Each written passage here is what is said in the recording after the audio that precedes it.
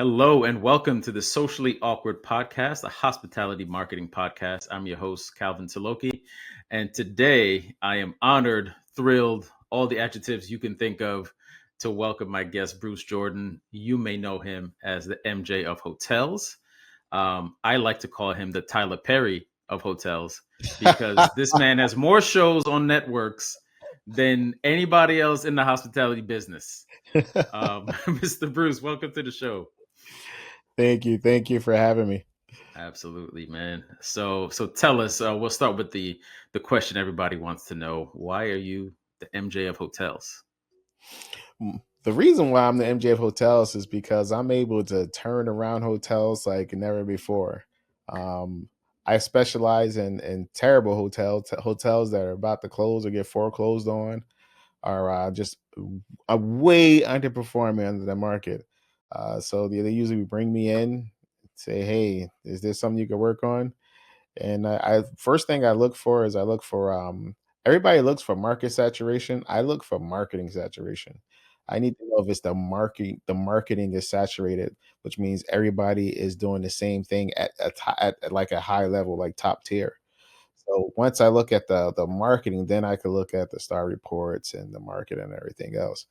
But once I see that, okay, these mistakes are being made in the marketing and these mistakes are being made in operations, I usually can come to judgment really quick if the hotel can be turned around.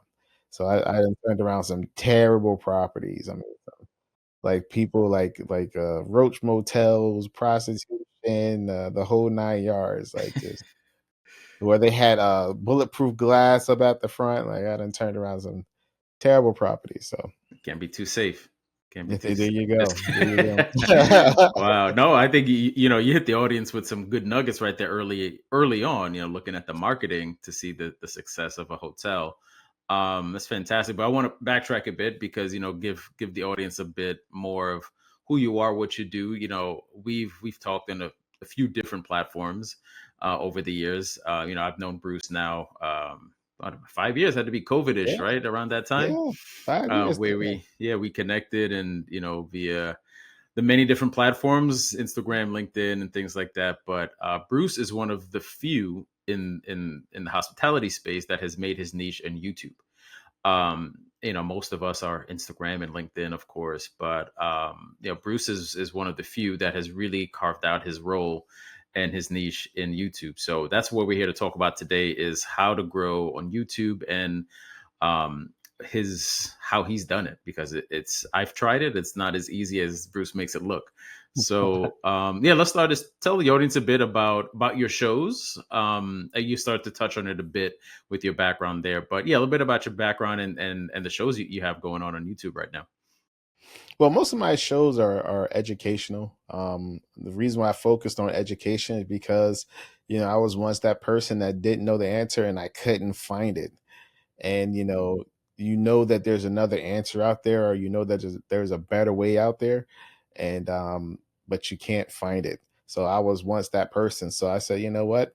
During a pandemic, everything was happening. I seen a lot of properties in trouble, and they didn't know how to bounce back. So that's why I had started the platform. But my podcast, I have a handful of podcasts. One was True Hotel Leaders. I needed a podcast that gives us like a direct connection to the top, because a lot of people in property and operations, they can't just go up to their CEO or CFO or COO and say, "Hey, I have this question. How did you handle this when you were at the property?" So that's the reason why I created that particular podcast. I have the Hotel Insider, what gives you a lot of the new stuff that's coming out that we don't know about, especially with like vendors and software and programs and supplies, things like that. That there's like this new supply that came out, or this new item that came out yesterday, where you don't need this other expensive thing that you were using. So I created that so people know what's going on in the supply world and in the software world. Um, and then I had to create another podcast called Hospitality Careers, where people can learn what we are looking for in a particular position, what they need to look out for, and some of the mistakes that we made in those positions so they don't have to make those same mistakes. So, so yeah, and then I of course I have also have to show hotel management do's and don'ts, which I'll be finishing season 4 fairly quickly this year. And so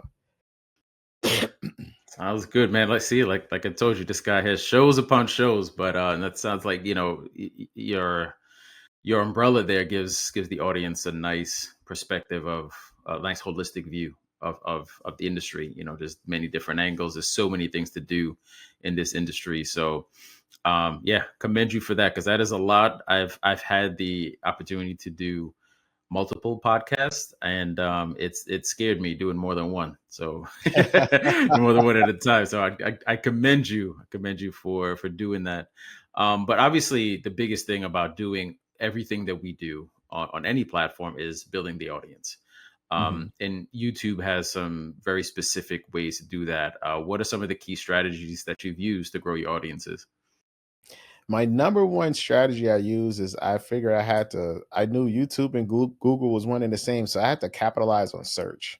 So the same SEO and keyword strategy that you would use for your website, you would pretty much use for YouTube when it comes to search topics.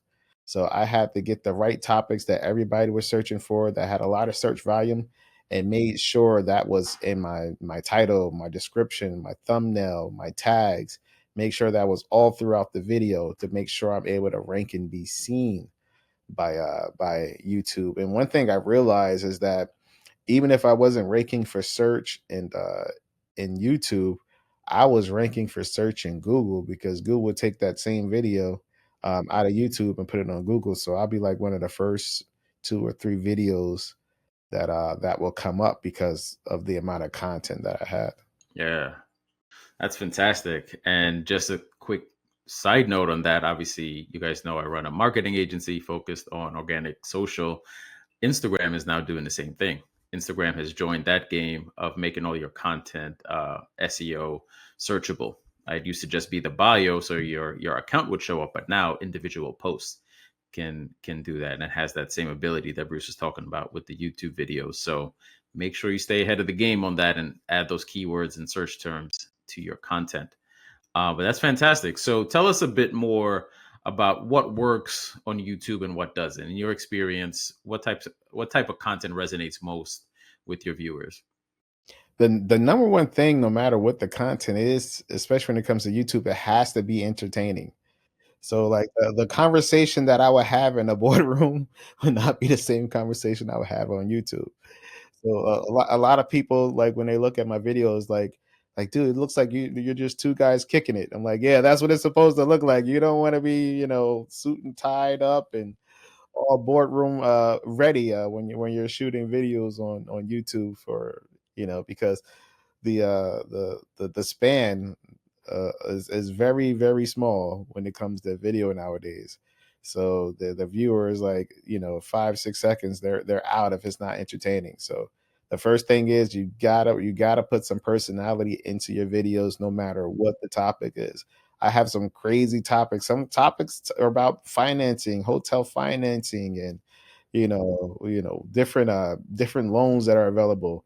They're not the best subjects that everybody want to talk about, but how I phrase it in the catchphrase.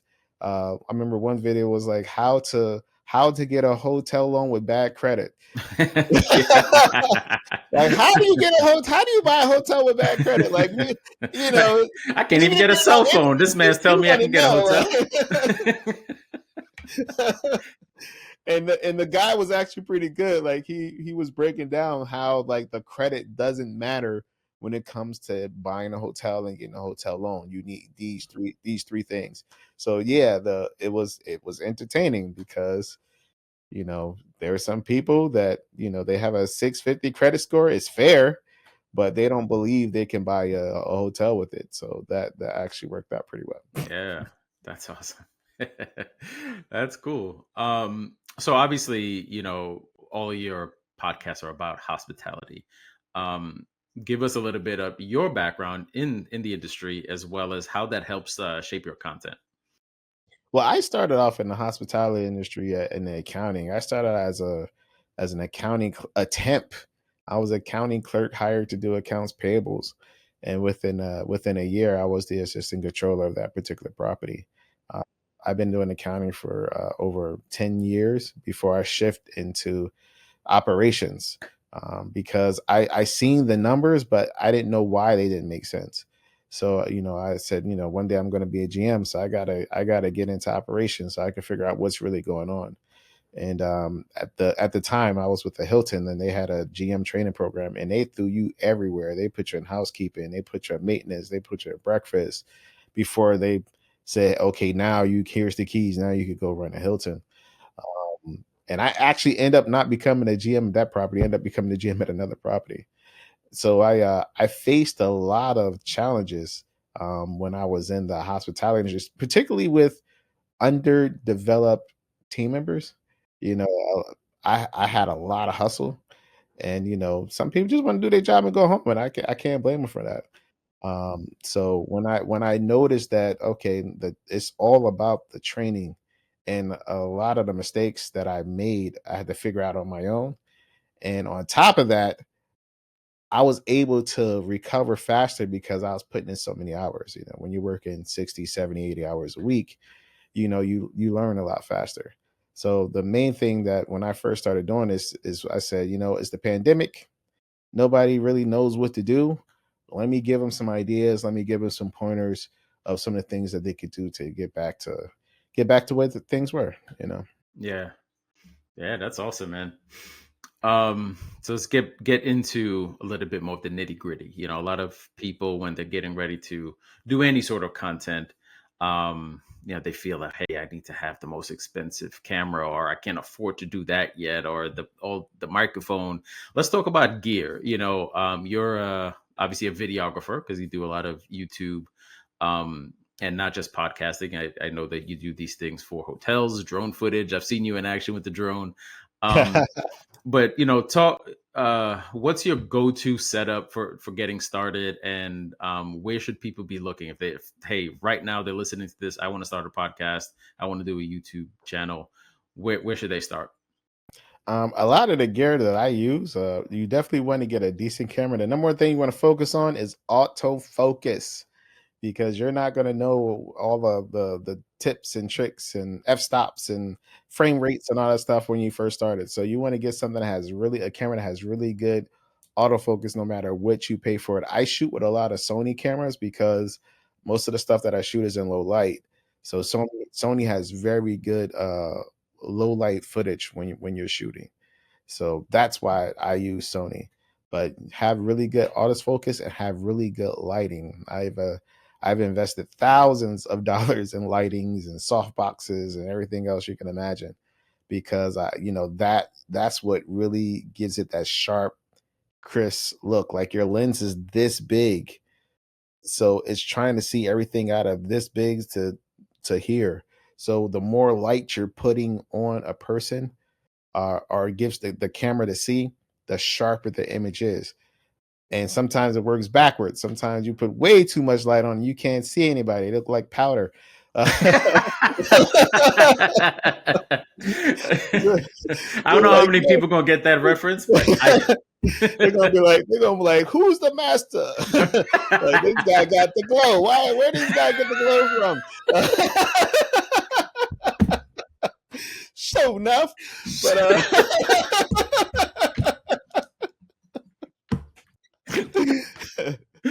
oh, shout out to talk Show about Enough from the Last Dragon.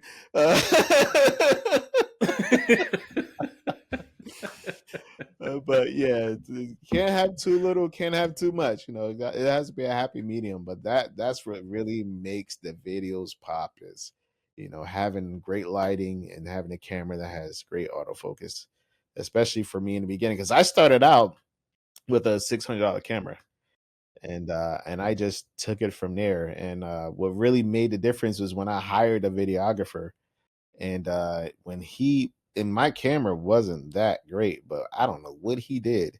He set up the lights, he did the adjustments, and man, he made that look like it was a $30,000 camera. I felt like I was in Tyler Perry Studios by the there time you he go. finished working on that little $600 camera. But yeah, it's a very expensive hobby. I got some lenses that cost thousands of dollars. So but I love it. I enjoy it, and I'm very passionate about it. But at the end of the day, you still got a business to run. So I'm just happy I'm able to run my business and do something to contribute to the industry, and have fun at the same time. But I love my drones. So Yeah. Tell you, man, that drone is serious. We were filming something down in Florida, and this man sent the drone up in a way that flew off like a UFO. I was like, is it coming back? Like, does it have a radar which is come back to your watch or something? Like, you sent this thing. I was like, you paid for that. You it's might want to it's bring that back. it's weird because it takes a little while to get comfortable with just having a couple of $1,000s just flying around in the air like that. The first time I've lost a couple of drones too. I've lost about two or three of them. So when you lose, when you literally see your money blow away, uh, Mhm. it's definitely a different feeling. So how does that happen? Does it like get caught in a updraft or something like that and Yeah, lose the control? the wind picks up and the drone can't handle it, and it just takes it away. I had some landings go wrong. I had did a shoot. I was directing a shoot, and I'm like, you know what? I'll just bring my own equipment instead of having this guy, rent all his other $20,000 cameras and stuff. And I said, we'll use my drone. I mean, at the time, I didn't see anything wrong with it, but I didn't realize landing on water on a boat is a little different from landing on land. And I was landing it, and it just hit the rim, and it just tanked right in the ocean. And I was like, okay. And I figured out later on that there's these little buoys that you can get attached to the drone so that it just floats. So you live and learn. Live and learn. Yeah, that's experience. Yeah. Yes, I lost about $1,600 because I didn't have these $30 buoys Right. on the bottom of the drum. That's Yeah, the yeah, that's like when you get insurance for your flight. You know there what I you mean? go. There Like, you nah, go. I don't need that. I'm not gonna do that. And then you like flight get canceled or plans change and you Lose your book luggage. non-refundable. Yeah, you lose your luggage and you're like, maybe that $60 was worth it. There you go. You There know. you go. Anyway, knock on wood for we don't want to put any of that energy out in the universe. Nobody's losing luggage or missing flights. That's listen. Anymore. Well, if you're on Southwest, you can't even choose your own seats anymore. Oh, Have you heard about yeah. that? Yeah. Yeah. Yeah, that's crazy, and I think they start charging for the bags too, so Yep. Yep. Their audience is quite irritated, which I can't blame them. That's what they were known for. that's right. That's right. Yeah. Unbelievable. Anyway, let's get back on track here. So, obviously, you just talked a lot about gear and the algorithm earlier. What are some of your tricks of the trade to make sure that you're filming and making the video content look polished? Is it a lot of editing? You touched a bit on lighting, but is there anything else that goes into it to making sure that on the front end you do as much as you can? Yeah, one of the things that really makes a huge difference is audio, and I always struggled with audio, especially in the beginning. Now I found some programs, some software that's called Adobe Enhance that enhances the audio, so it takes out all the background noise and stuff. So when you're, because a lot of times we're shooting live and at an event or in an open space, so there's always some background noise. So that's one of them. Of course, I already touched on lighting, but having a really really good editing program that highlights that brings out the highlights and brings out the lighting and brings out the colors. It does the color grading. My video editor is like really really good. That he's able to make magic happen. Uh, but that's definitely key, is having a really good editor to edit your video. Yep, yep. I've learned that along the years that video editing takes a lot of time, a lot of skill, Yeah. and most importantly, a lot of patience.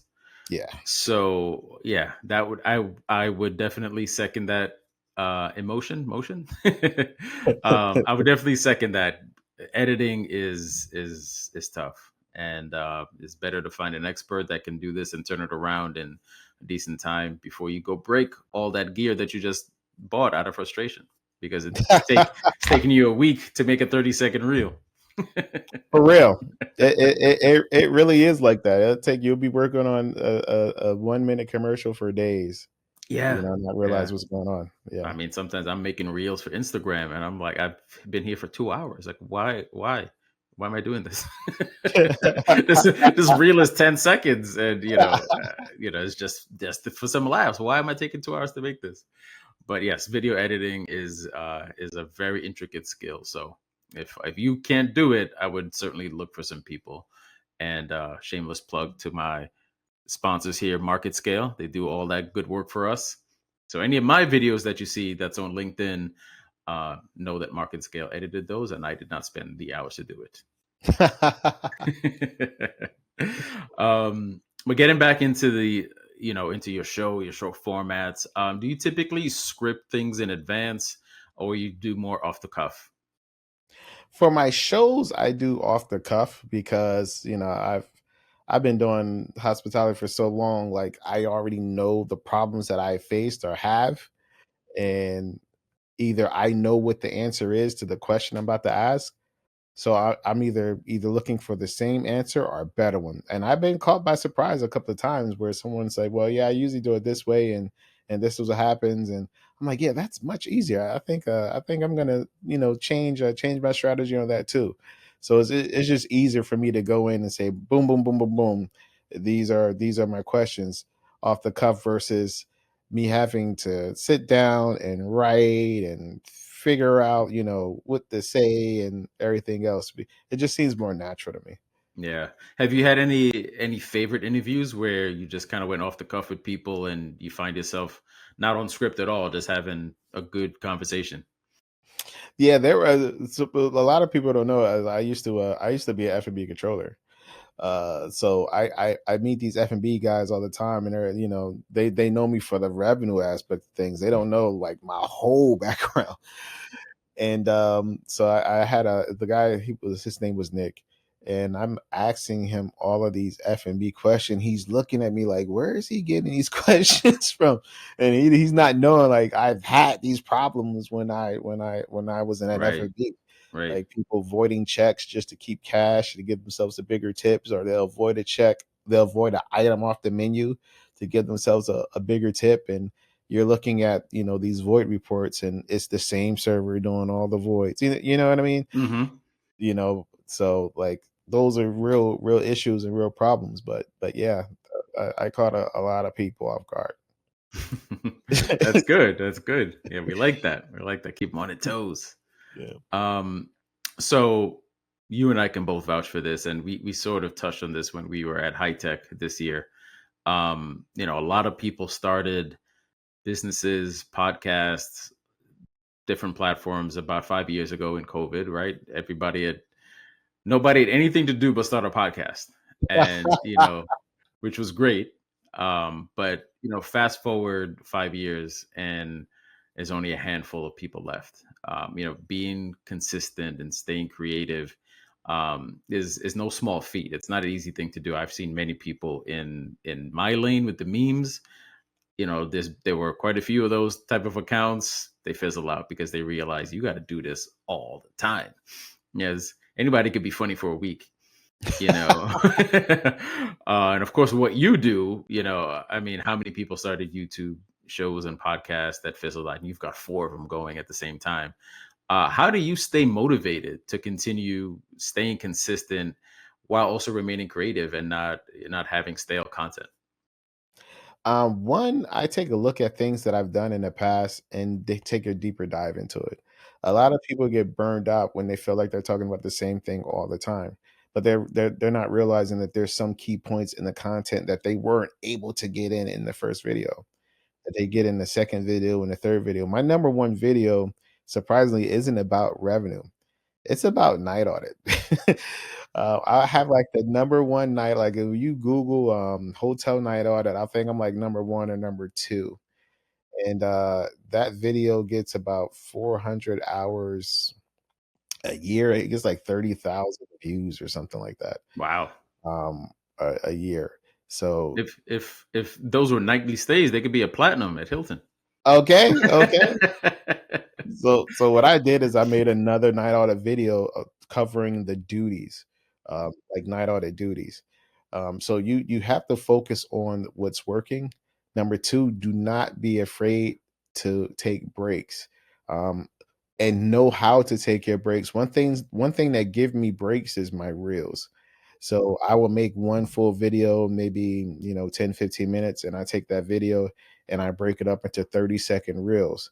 So if I don't do another video that week, I still have content posting, Right, right. even though it's not new content. But it may be new to the individual that's watching because they may not have watched the whole 15-minute video. They probably only watched 1 or 2 minutes. So now they get to see that other section that they didn't see, give it to them in pieces.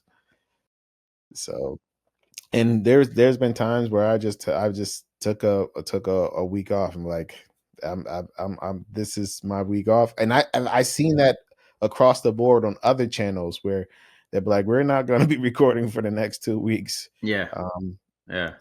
we'll see. We'll see you back in a couple of weeks. We're taking a vacation. That's definitely the main thing. And don't be afraid to use the remix button. There's a software that I use that it searches all of the like the hottest videos and what's going on, by your sector or by your industry or by the content that you publish. And it has a remix button where you see something that's working, and let's say you see something that's working in the gym, and you can hit the remix button and it will remix the whole video for you, like the layout and the script and stuff like that. So you can apply that to your industry. Yeah, it's crazy. Interesting. Yeah, yeah. It's called vidIQ. It's like a SEO software for videos, but it has a lot of AI features, where it like writes your description and gives you a better title, and it gives you your tags and everything. So all you have to do is, you know, cultivate it and procure it to what you're doing. That's awesome. That's a tip and trick right there. Love that one. So of course, as people get into wanting to be a creator, there's many different reasons to get into doing this, whether you're just inspired to talk about a topic, but a lot of people obviously are looking to do this for monetization, brand collaborations to grow an audience where that can be monetized and, make some level of living off of what they like doing. So, what advice would you give to a creator looking to monetize their content, or particularly land partnerships with brands? Monetize yourself first. Everybody had something that no one knows and that they can sell. So create that product going into it or while you're developing your audience. So this way you actually have something that you can sell. I had a couple of brand deals, and most of the brand deals that I had, the only thing they wanted was $1 billion in revenue.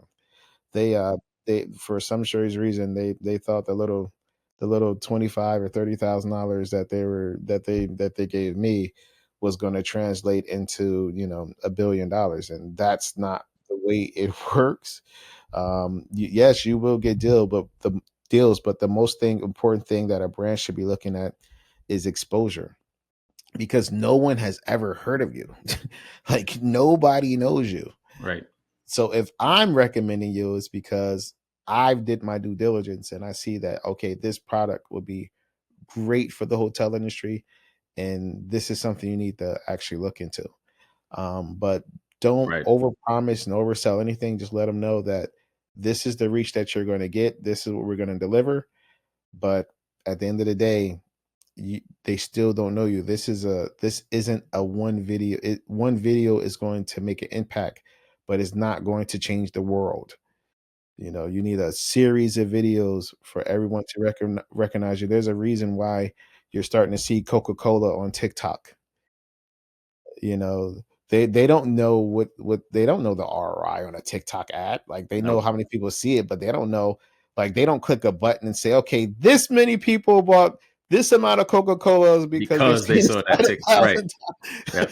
times. It doesn't work Yep. like that. So, but a lot of, especially startups, they don't understand that. So Hmm. they have a hard time gauging, and they have a hard time, formulating what is going to be the impact on the deal. So Yeah. that's definitely number one.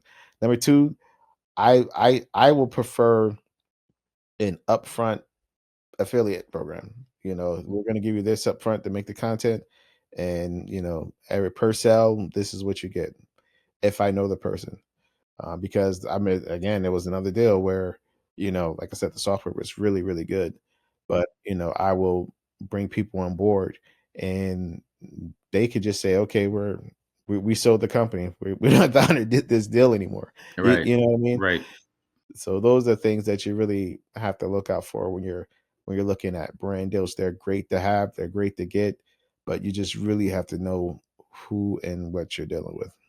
Yeah. Yeah. No, that's a lot of good advice in there for sure. I think my favorite piece of it is just making sure that it's a brand fit, right? Mm. Um, you see so many of these things all over the internet where a certain influencer or whatever, whoever is that content creator is, there. Oh, check this out. I'm like, you don't post about this at all. It's one of the things we talk about when we're doing influencer partnerships with our, for our hotel clients. The first thing is this person's content a fit for your brand? Because regardless of how many followers they have, if that person posts about hotels, staying at your hotel, when they only ever post about makeup, how is this a fit? What Exactly. are you going to get out of that? Right. So absolutely. That was my favorite piece of your advice there. All right. So we're And getting into, go I ahead. just got one more little tip, and Go this for it. is for the brands and the people that are offering these deals. Make sure, and I don't think they're really aware of this. If nobody knows you, why are you running ads to an audience that you don't have? If you're going to run ads to the person that you're doing the deal with. Use their platform and run ads through their platform. Don't run ads on your platform if nobody knows you. Right. Like, you're not gonna see any. No one's gonna see you. Like you're gonna waste all this time trying with Google and Facebook trying to figure out who your audience is when that person already has the audience that you want. Yeah. So Yep. that's a big, that makes a huge difference. Yeah. Yeah. Going back to the 80s references, it reminds me of Coming to America. He's on a subway. I renounce my throne. Like no one's here who could do anything about that. Like, what throne? Who are Who you? are you, man? If you get your crazy self off this A train. Oh man! All right, so we got one more question left, but I'm throwing in one right before that. So this is the Okay. first time being that this is the socially awkward podcast. What is the most awkward situation you've ever had, either filming a video live or on air? Do you ever have like an awkward situation with a guest? Awkward moments. Um, I had two awkward situations. One, I was at this school and I was shooting a commercial for a friend of mine. And there's this lady on the side. Like I didn't think anything of it. I thought she was just sitting there watching the shoot. And we went into the to our drone footage and stuff. Next thing I know, she just takes off her clothes. She's in a bikini and she jumps in the there's a jumps in the water. I'm like, what the hell? Like, what is going on here? Like, this is a school. Like, this is not the beach. But there was a little plot of sand, and for her, it was the beach. I thought that was just weird. Um, and then she was worried about being on camera. Like, she sees the drones flying by, and she's like covering up. I'm like, Hmm. why are you here? That was one. The other one was when your equipment doesn't want to work, is not going to work. That Mm. that is the worst though, and this happened recently. that I was in a rush and I was being rushed, and I forgot to hit the record button on both cameras. Oh man. I got all the audio and no video. So I said, I'll make this back up. We'll do another shoot. But yeah, I've never done that one before. Uh both cameras. Yeah. So but yeah, Just that just make that episode of audiogram with the EKG waves. there you go. There you go. Or make it into like pop it into Chat GPT, make it into a cartoon with voices. For Well, that's sure. cool. It's For cool. All sure. right. So, last question. Obviously, you've dropped a lot of knowledge here today, and I'm sure anybody who's out there looking to start a YouTube channel's got a lot out of this. But what one piece of final advice for an aspiring creator? Listen, make sure you're doing this because it's something that you want to do. It's great to have all the cameras and have all the subscribers, but this takes time. It's very rare to go viral. They make it sound like everybody goes viral in the fifth video or something like that. No, it takes time to establish an audience. It takes time to get the videos out there. Everything takes time. So make sure this is something that you want to do for you. Right. Right. And you're not doing it just because you're following the trend like everybody did in COVID. Like, I can do a podcast. I'm gonna be the next Joe Rogan. Like, no, at this point in time, Joe Rogan doesn't even want to be Joe Rogan. He is tired of talking. He misses the days where he could just watch the fight. Is that the dude from Fear Factor? All right, never Yeah, Fear Factor. He misses Fear mind. Factor. He misses watching people eat tarantulas.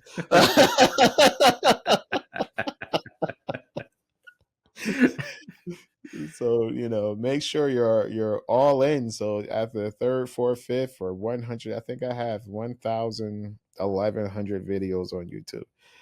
Um, it takes a lot to get there. And don't expect to be Mr. Beast. Like it can happen, but it just takes some time and a lot of work. So Absolutely. Absolutely. Well, appreciate it, man. Let the audience know where they can find one of your many shows, either live or in syndication.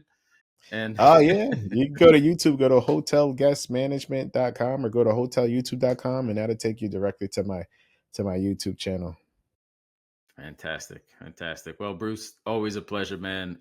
You can find Bruce on LinkedIn, Bruce Jordan, MJ of Hotels. As always, I'm Calvin Tilokee, your host of the Socially Awkward Podcast, founder of RevPar Media, where you focus on branding, organic social, and digital marketing, commercial strategy for hotels. Check us out. Give us a like, subscribe. You know what to do. Follow me on LinkedIn as well for more updates and for more clips of this incredible episode. So we'll see you on the next one. Thanks for joining. Take care.